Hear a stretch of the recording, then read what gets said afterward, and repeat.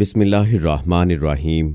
अस्सलामुअलैकुम। इल्म की बात देखने वालों को राव कमर रिजवान नई वीडियो में खुशामदीद कहता है। दोस्तों, हजरत इब्राहीम अलैहिस्सलाम ने एक मर्तबा अल्लाह ताला के दरबार में ये अर्ज किया कि या अल्लाह, तू मुझे दिखा दे कि तू मुर्दों को किस तरह जिंदा फरमाएगा। तो अल्लाह ताला ने फरमाया कि ऐ इब्राहीम, क्या इस पर तुम्हारा ईमान नहीं है? तो आपने अर्ज किया कि क्यों नहीं, मैं इस पर ईमान तो रखता हूँ, लेकिन मेरी तमन्ना ये है कि इस मंजर को अपनी आंखों से देख लूं ताकि मेरे दिल को करार आ जाए। तो अल्लाह ताला ने फरमाया कि तुम 4 परिंदों को पालो और उनको खूब खिला पिलाकर अच्छी तरह हिला लो, फिर तुम उन्हें ज़िबा करके और उनका कीमा बनाकर अपने गिरदो नवाह के चंद पहाड़ों पर थोड़ा थोड़ा गोश्त रख दो। फिर उन परिंदों को पुकारो तो वो परिंदे जिंदा होकर दौड़ते हुए तुम्हारे पास आ जाएंगे और तुम मुर्दों के जिंदा होने का मंजर अपनी आंखों से देख लोगे। चुनाचे हजरत इब्राहीम अलैहिस्सलाम ने एक मुर्ग, एक कबूतर, एक गिद्ध, एक मोर, इन 4 परिंदों को पाला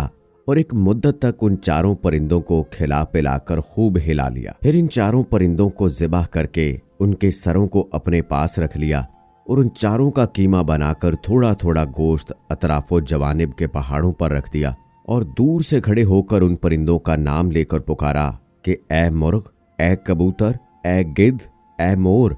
आपकी पुकार पर एकदम पहाड़ों से गोश्त का कीमा उड़ना शुरू हो गया और हर परिंदे का गोश्त, पोस्त, हड्डी, पर अलग होकर 4 परिंदे तैयार हो गए और वो 4 परिंदे बिला सरों के दौड़ते हुए हजरत इब्राहीम अलैहिस्सलाम के पास आ गए और अपने सरों से जुड़कर दाना चुगने लगे और अपनी अपनी बोलियां बोलने लगे। और हजरत इब्राहीम अलैहिस्सलाम ने अपनी आंखों से मुर्दों के जिंदा होने का मंजर देख लिया और उनके दिल को इत्मीनान और करार मिल गया। इसी वाक़े का जिक्र अल्लाह ताला ने कुरान मजीद की सूरह बकरा की आयत नंबर 260 में कुछ इन अल्फाज में किया है।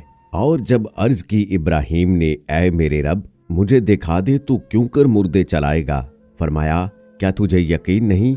अर्ज की, यकीन क्यों नहीं, मगर ये चाहता हूँ कि मेरे दिल को करार आ जाए। फरमाया, तो अच्छा, 4 परिंदे लेकर अपने साथ हिला ले, फिर उनका एक एक टुकड़ा हर पहाड़ पर रख दे, फिर उन्हें बुला, वो तेरे पास चले आएंगे पांव से दौड़ते, और जान रख कि अल्लाह गालिब हिकमत वाला है। दोस्तों, कुरान पाक की बहुत सारी आयात मुबारका में अल्लाह ताला ने क़यामत के दिन का जिक्र किया है कि क़यामत कैसे बर्पा होगी और किस तरह से मरने के बाद अल्लाह ताला उनको जिंदा करेगा। लेकिन दोस्तों, जहां तक सवाल इस बात का है कि क़यामत कब कायम होगी, तो रसूल पाक सल्लल्लाहु अलैहि वसल्लम की तालीमात के मुताबिक ये बात तो सब जानते हैं कि क़यामत जुमे के दिन बर्पा होगी। नीज ये 10 मुहर्रमुल हराम का दिन होगा, लेकिन कितने अरसे के बाद आएगी, इसका इल्म सिर्फ अल्लाह की जात को है। अल्लाह के सिवा कोई ये बात नहीं जानता। लेकिन एक बात जो हजूर नबी करीम सल्लल्लाहु अलैहि वसल्लम ने हम तक पहुंचाई, वो क़यामत के हौलनाक मंजर के बारे में हमें आगाह किया ताकि हम अल्लाह से डरें और अपने गुनाहों से तौबा करें। इसके अलावा कुरान पाक में भी इन तमाम बातों की जगह जगह वजाहत मिलती है। जब क़यामत बर्पा होगी और सूर फूंका जाएगा तो एक बहुत तेज और भयानक आवाज गूंजेगी। वो आवाज इतनी तेज होगी कि उस आवाज की शिद्दत से हमारे कान फटने लगेंगे।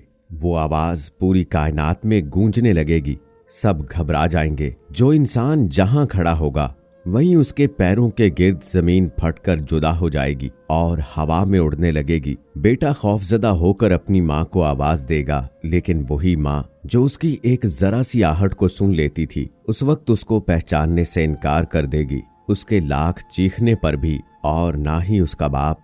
कुरान पाक में क़यामत का जिक्र बार बार आया है और जैसा कि कुरान पाक में है कि और जब आसमान फटकर सुर्ख चमड़े की तरह हो जाएगा और फिर आसमान फट जाएगा और उसकी बंदिश ढीली पड़ जाएगी, उस दिन आसमान तेल की तिलछट की तरह हो जाएगा। उस दिन आसमान थरथराने लगेगा, सूरज बेनूर हो जाएगा और चांद भी बेनूर हो जाएगा। सूरज और चांद इकट्ठे कर दिए जाएंगे, फिर जब सितारे बेनूर कर दिए जाएंगे और जब सितारे बिखर जाएंगे और जब जमीन जलजले के साथ हिला दी जाएगी, जमीन अल्लाह ताला के डर से कांपने लगेगी। उस रोज जमीन और पहाड़ कांपने लगेंगे, जमीन बुरी तरह हिला दी जाएगी और वो अपने तमाम बोझ यानी मुर्दे और दीगर अशिया बाहर निकाल देगी। जब सूर फूंका जाएगा तो जमीन और पहाड़ों को एक एक चोट से रेजा रेजा कर दिया जाएगा और जब जमीन खींचकर फैला दी जाएगी, अल्लाह ताला जमीन को बिल्कुल साफ और एक हमवार मैदान की तरह करके छोड़ देगा, जिसमें ना कहीं मोड़ दिखाई देगा और ना ऊंच नीच। इस जमीन में जो नबातात हैं उन्हें हम साफ करके बिल्कुल हमवार मैदान बना देंगे और तुम पहाड़ों को देखकर उन्हें एक जगह जमे हुए ख्याल करते हो, लेकिन वो भी बादल की तरह उड़ते फिरेंगे।